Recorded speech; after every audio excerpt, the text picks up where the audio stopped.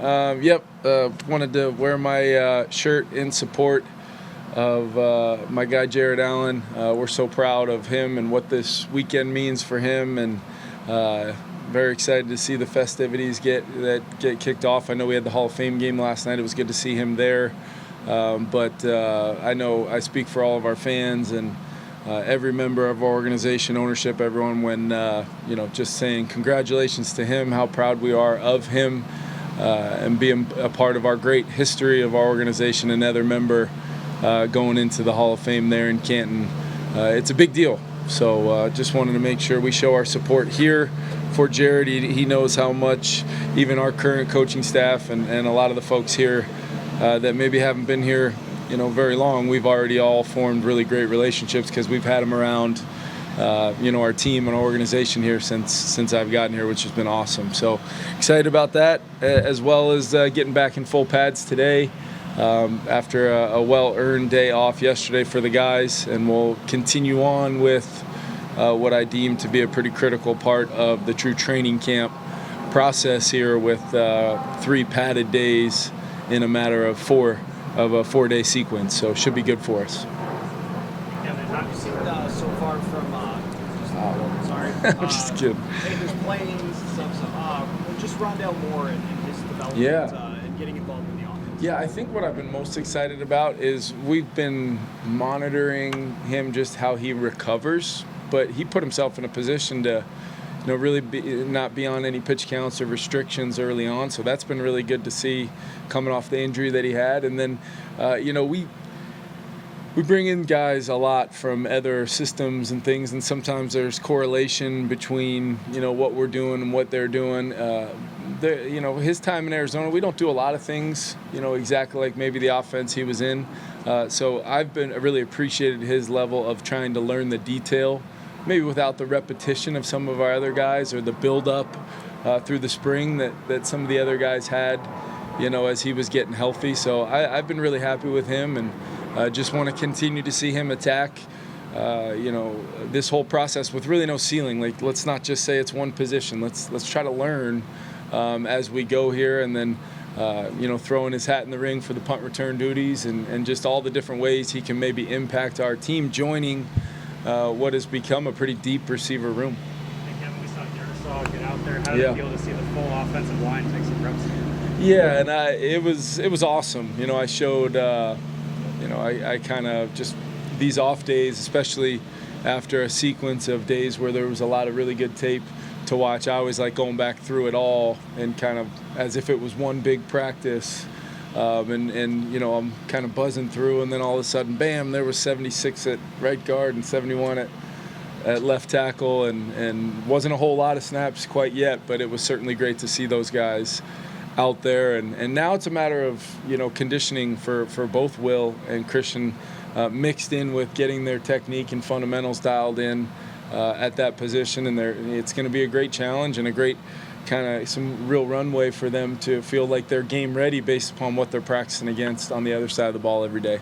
Update on Justin. You said last week that he was going to be evaluated again at some point this week. Yeah, he'll start doing some more things, to begin the process kind of on the grass. I don't have an update on the timeline other than I know the reports back to me have been really positive, and we'll see truly when the evaluation with something like this is more so the checkpoints before he's eventually just doing more and more and more, and that does start this week.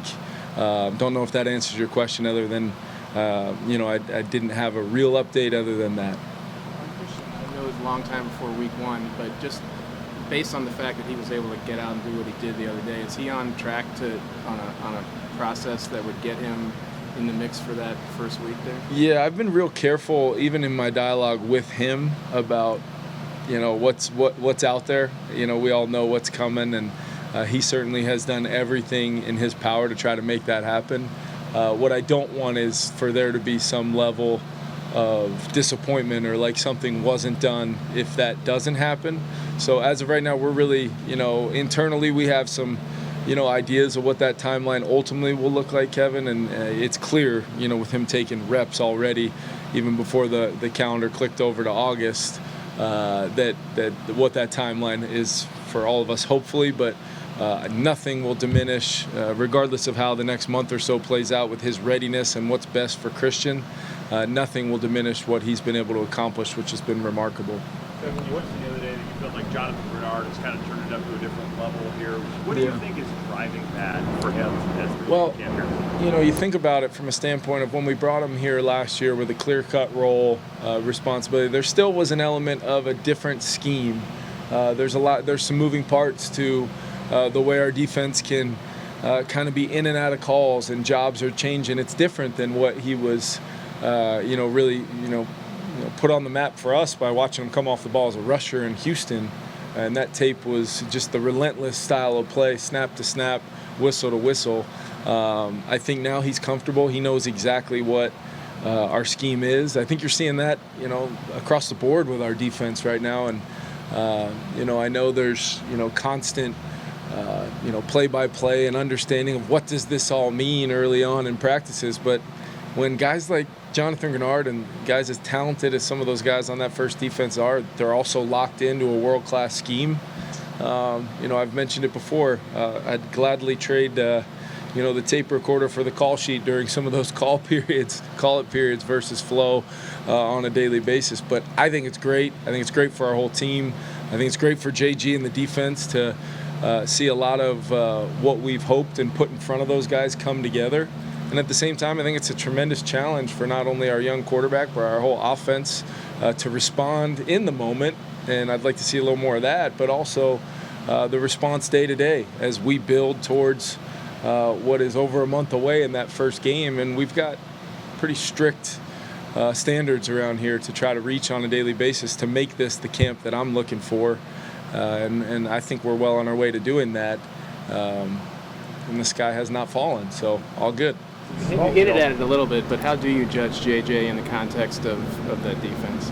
Yeah, what I've loved is just the dialogue after some of the plays. Even as simple as, maybe the defense has made a couple plays here and there, and it's the next competitive period. And did you change? Did you change your fundamentals? Did your footwork look the same as it did in individual? Did you understand that, in a 2-minute drive when we're right at midfield, potentially throwing the ball back in the middle of the field on a 1st and 10 when you can maybe just use your legs and get 5 or 6, and we ended up hitting a run on the next play and winning the drill by getting in field goal range. But to me, it's that's what I care about when I can say, hey, great job, but that 1st and 10 now, let's talk about, not only your decision, but what was in your mindset when you hit the ball to Speedy and we were, clock stop 1st and 10 with a chance to, only down a point now. So we're not that far from the goal. Why risk potential, ending the drive by a tip or overthrow back in the middle of the field? And that's what I'm so excited about this time. And it's the dialogue of the great protection calls he's made. It's the dialogue of a great check down he's made on 1st and 10 when maybe the downfield shot's not there. It's those are the things that I've really enjoyed and really seen him grow. But at the same time, he's a competitive sucker now. He wants to win every drill and win every day. And that's kind of my job to try to bring a complete feel to everything that we're doing. What have you thought of Jeff Okudah thus far and since he got here? Yeah, you guys have probably felt it. When he gets up and presses, at that line of scrimmage and wins that early fight in the down, you don't see him lose very much, when he gets his hands on people. I think I've been probably surprised. I've always, I actually got a chance to spend some time with him many years ago at Ohio State, went for the pro day. A friend of mine, who happens to be the coordinator at the, up in Green Bay now, was the coordinator there. And I got to spend some time with Jeff and just remember thinking to myself, this guy is going to be a top 5 pick. Felt like he was as tall as I was, big, strong, fast. And then he was, and we're very fortunate to have him because we're seeing the best part is I see a clear role for him. Not all corners in our defense play the same spots, play the same roles. So to think that we're going to have him in a role we feel pretty strongly about, it's great to see him take it and run with it early on because I think he's had a phenomenal camp. And I hope, that'd be a good question for Flo. You've probably asked him already, but I know Flo and my dialogue about Jeff has been really positive early on. Well, what is because JJ is in his first year as a starter, what are the discussions about what the defense is doing at times? Because like he's stunting and stuff, and I will say this in his defense, the run plays are sort of just thud play. Like the run's not an actual weapon. So like when he comes on the pass, he sort of knows. Like how do you sort of? I just said that actually because I didn't see any along the bottom line like the Jordan Mason 20-yard run from the other day. I didn't see any of those things. But the pass sort of sets up to fail when you're stunting and they're choreographing their celebrations and stuff. So how do you go about that sort of, I don't know, backing them off, but it's important to get your quarterback ready. Listen, the celebrations and all those things, if the offense doesn't like that, there's one way to not allow it to happen. That's a pretty simple one for me. Luckily, normally they've had some awareness of when the drill is ending and when it's not, because I do not have time to watch all 30 guys that ran to the end zone come back and get ready for the next play. But I will say this much, without getting into too much detail, some of it hasn't been scheme.